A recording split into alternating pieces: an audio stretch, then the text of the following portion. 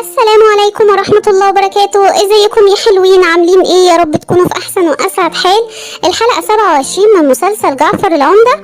لايك واشتراك ويلا بينا نعرف ايه اللي حصل في احداث الحلقة.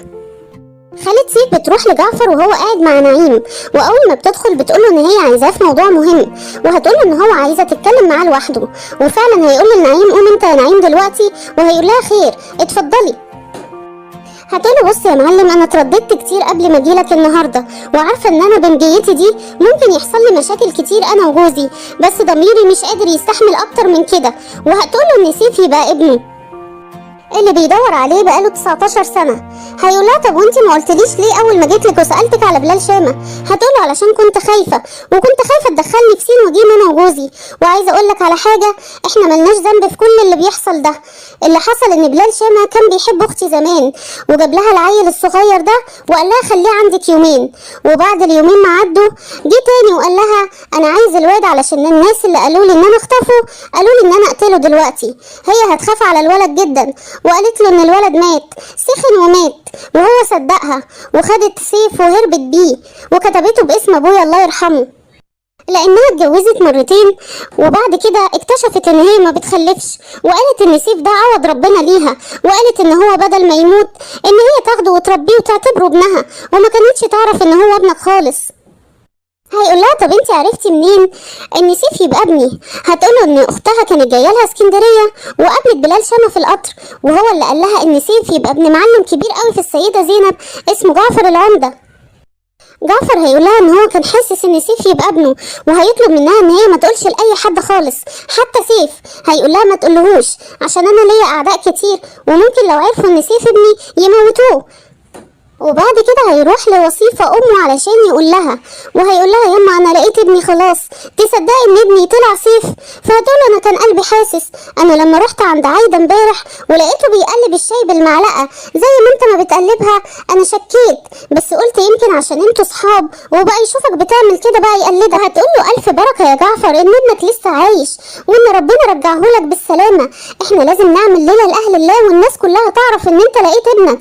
هو هيرد عليها وهيقول لها لا انا مش عايز اي حد يعرف دلوقتي ان سيف يكون ابني، ولا اي حد يعرف ان انا لقيته. انا ما اضمنش ياما ان عيله فتح الله لما يعرفوا ان انا لقيته يموتوه. انا مش عايز اي حد يعرف ولا حتى سيف نفسه ان انا ابوه. لكن في الوقت ده دلال هتكون واقفه ورا الباب وهتسمعهم وهم بيتكلموا، وهتعرف ان سيف هو ابن جعفر. وبعد ما تسمعهم هتاخد بعضها وهتروح على سيف، واللي بيتفاجئ اول ما بيشوفها. اما شوقي فهيكون رايح وواخد الفلوس المليون جنيه اللي بلال شامة قاله عليهم، واول ما بيروح بيلاقي ان بلال شامة هرب بعد ما اتفق مع رجالة شوقي ان يدي كل واحد فيهم 40,000 جنيه. وبعد ما بيهرب بيتصل بدلال علشان يتفق معاها ان هي تديله مبلغ كبير في مقابل ان هو يقول لها مكان ابن جعفر فين. اما بقى بالنسبه لوداد بعد ما رجعت من السهره بتاعتها وكان معاها شباب، فبتطلع البيت وهو بيسالها انت عملتي كام خميره من الجوازات اللي انت اتجوزتيها؟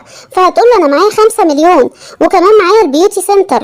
فهو هيشربها حاجه هيخليها مدروخه خالص، وبعد كده هيمضيها على عقد البيوتي سنتر، وكمان هيمضيها على الفلوس اللي عندها، وهتصحى من النوم هتلاقي نفسها ان هي مسروقه، كل مجوهراتها وكل حاجه بتملكها مش هتلاقيها. جعفر بعد ما بيعرف ان شوقي ملوش علاقة بخطف سيف ابنه ولا ان هو يعرف مكانه، هيروح وهيجر شكله وهيدب معاه خناقة علشان ياخد حق سيد اخوه، وهيكون معاه سيد ونعيم، والخناقة هتبقى كبيرة جدا والسيدة زينب كلها هتتفرج عليها. وبعد ما يضرب شوقي ويديله علقة محترمة هينده على سيد وهيقول له يا سيد تعالى خد حقك من شوقي. وسيد اول ما بيقول له كده بيروح بسرعة وبيضرب في شوقي بكل غل وبيرد كرامته قدام السيدة زينب كلها.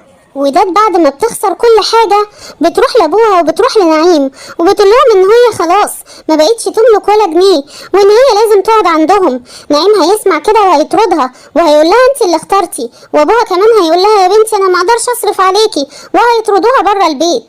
وبعد كده هتروح لسيد علشان تستسمحه ان هو يرجعها تاني. وبعد ما كرامته طبعا اتردت قدام الناس كلها هيقول لها انت اشتنى، انت متخيله ان انا هردك تاني بعد اللي عملتيه فيا؟ وهو كمان هيطردها في الشارع. بعد ما الابواب كلها تتقفل في وشها هتعرف ان شوقي هو السبب في اللي وصلت له ده، وهتروح وهتقتل شوقي. وبكده تكون حلقة النهاردة خلصت. اتمنى الحلقة تكون عجبتكم، لو عجبتكم ما تنسوش تعملوا لايك واشتراك للقناة وتفعلوا الجرس علشان يوصل لكم كل جديد. اشوفكم على خير في فيديو جديد، مع السلامة.